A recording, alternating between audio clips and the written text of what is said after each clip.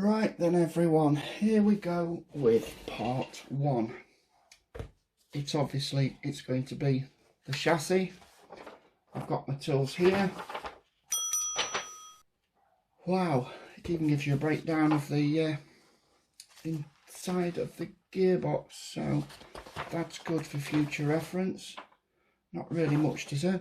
I haven't sorted out this mess because I'm going to have to pick out each one as I need it, so I'm just going to crack straight on and get with this. I've got my tools over here,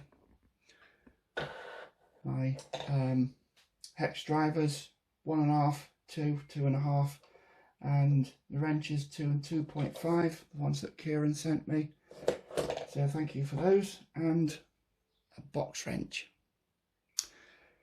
Right, I'm not going to bore you with all this. So okay, we've got the parts, and just going through this, these parts are, let me just zoom in on this, these parts are the same size as the drawings, so you can do size referencing. That one's not the right part, so we'll go back to the drawing board. That's certainly that, that's certainly that. These are the screws, so let's get assembling.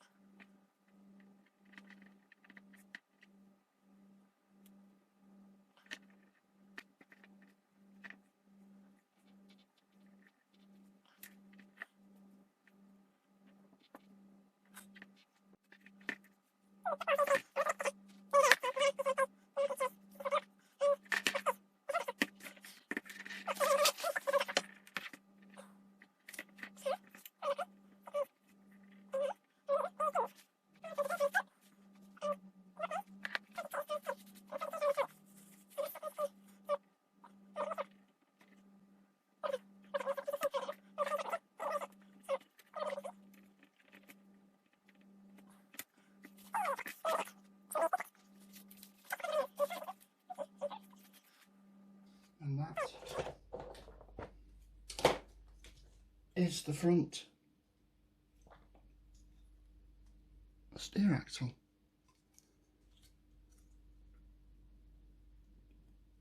Leaf spring. Cool.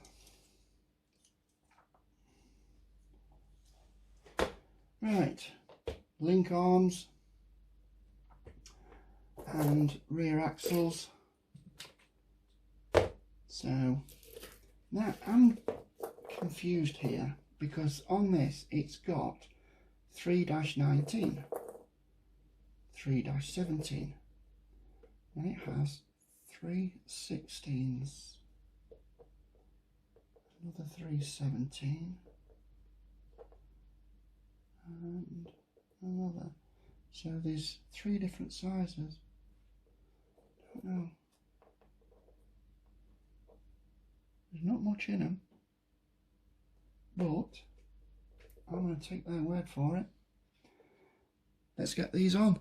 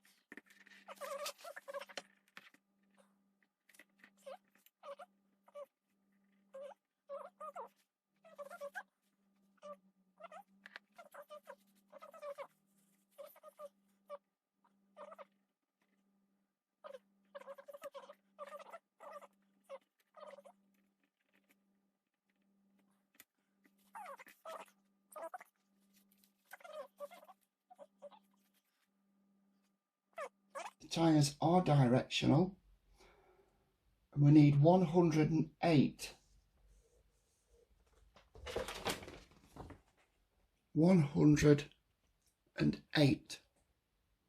nuts and 108 bolts, and they are the cap head. Wow, let's carry on with that.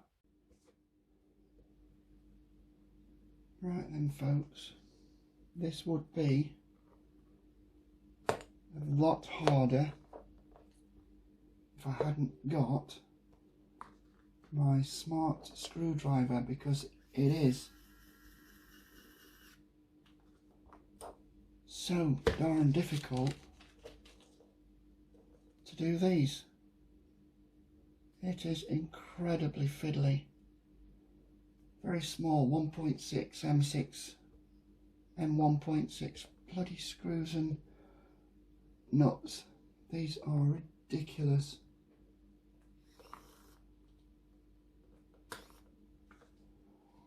And you have to get them dead on. Can't use a socket on the back. The walls of the socket are too. Right, how many more? One more. These are incredibly fiddly. If you have dexterity problems, this is not going to be the kit for you.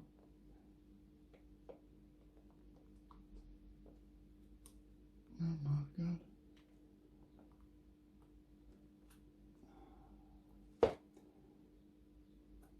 This is starting to get on my nerves. And, not to upset myself, but I've just looked across and I've got 5 more to do. Oh my God. These nuts are somewhere between 3 and 3.5.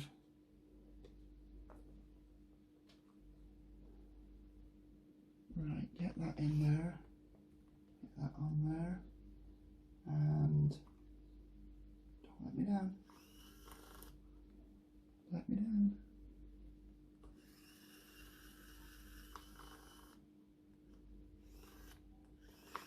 Oh my God.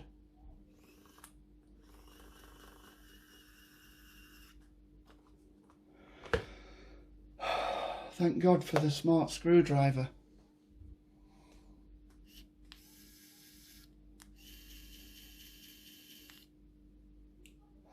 Yeah, if I hadn't have got that, this would be incredibly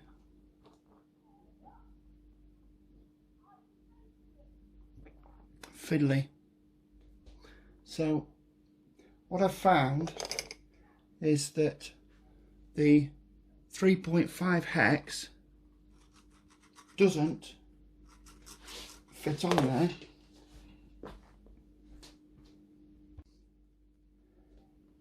And the 3 is slightly too big. 3.5 way too big. So they must be some kind of imperial measurement, and not even the Tamiya box spanner fits on them. So that begs me to wonder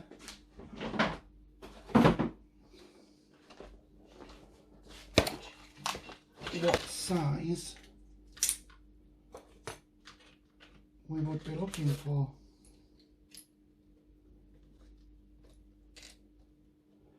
Let me see.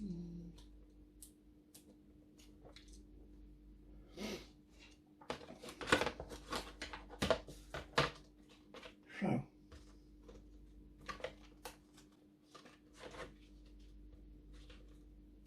what size is that?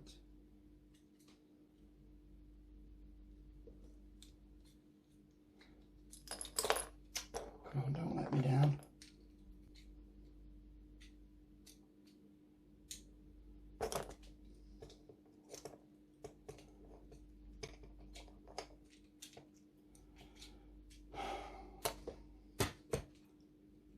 This is not going well at all. Right, 0.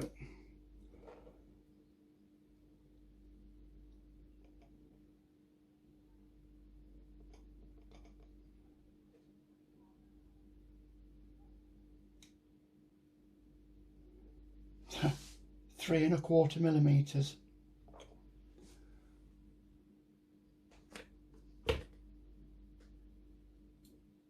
Just check that again.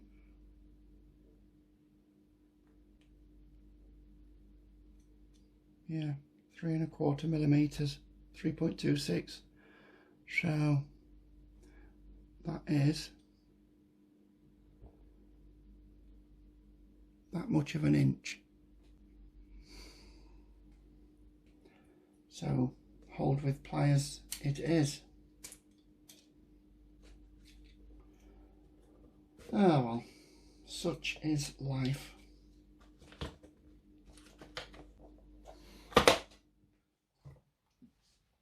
Okay, there the wheels done. As I've said, they are directional. If we look closely at this tread pattern, the side walls kind of radiate outwards. So the top radiate towards the front of the truck. This is the front, So on the opposite side, when we turn them around, and you can see how they are. This is the left, this is the right. So we need to do 3 of each. Right, let's get them on the truck. I've got all my wheel nuts spread out here. There's 6 for each wheel. So let's get these on.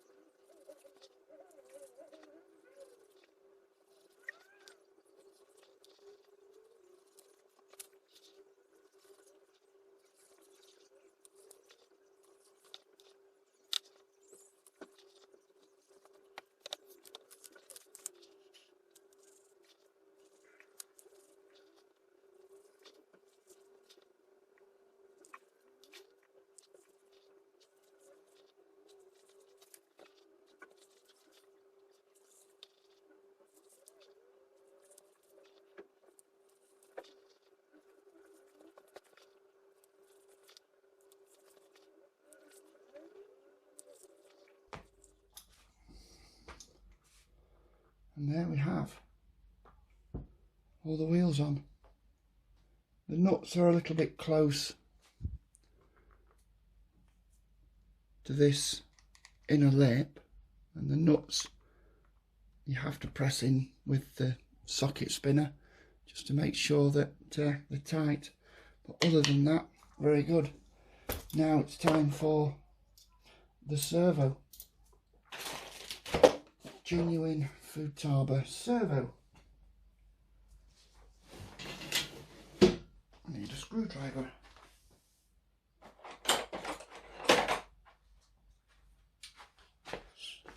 Because on the Futaba servo we need to remove that, because King Kong RC very generously provide a servo arm.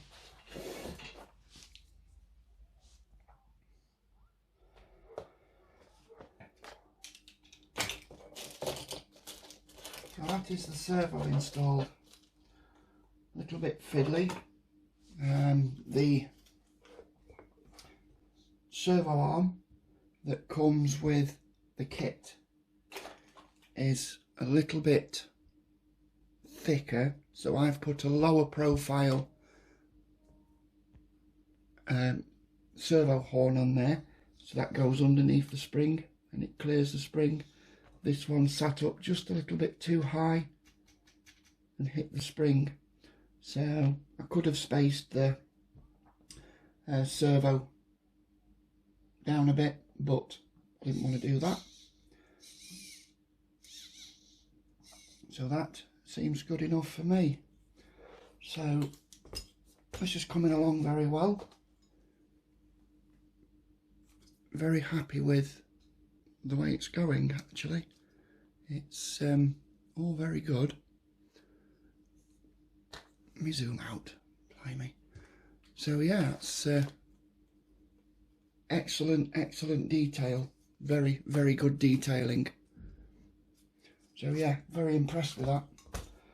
Very impressed. What's next? Very time consuming.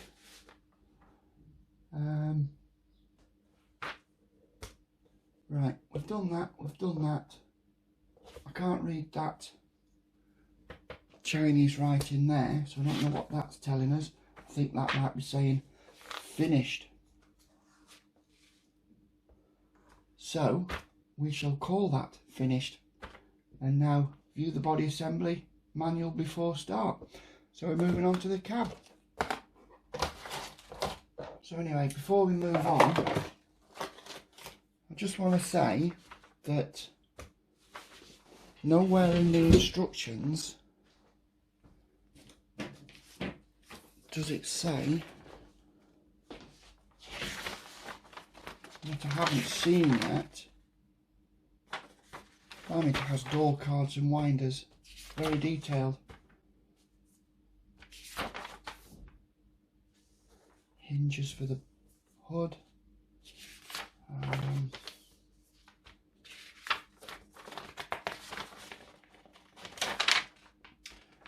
nowhere in the instructions is it telling us how to install a radio. So you have to be very experienced to build one of these things, and it's not easy. It is a challenge. So if you're not dexterous or you have no patience, then you're going to need to take a real deep breath before you start on this. So yeah,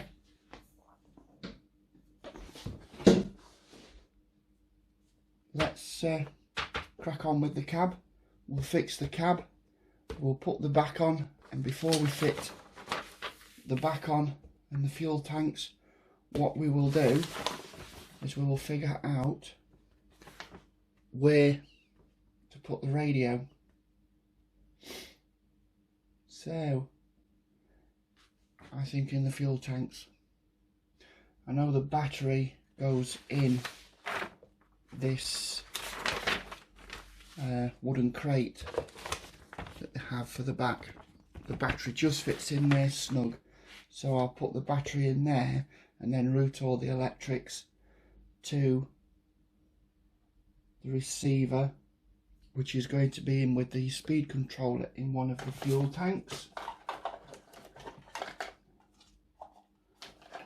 That should be enough room for the fuel tank and fuel tank. That should be enough for the receiver and speed controller in one and light controller in another, and they'll fit in there. Interesting. What I'll do is I'll screw them to the chassis, then I'll fit these on top like that after I've clicked in the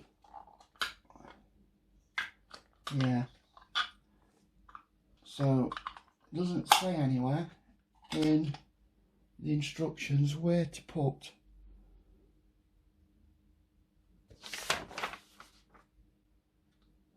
doesn't say. Never mind, we shall overcome and we shall prevail. Lights in that side, and sound system. I don't know where that's going to go. Sound system. Yeah. Oh well, we shall see.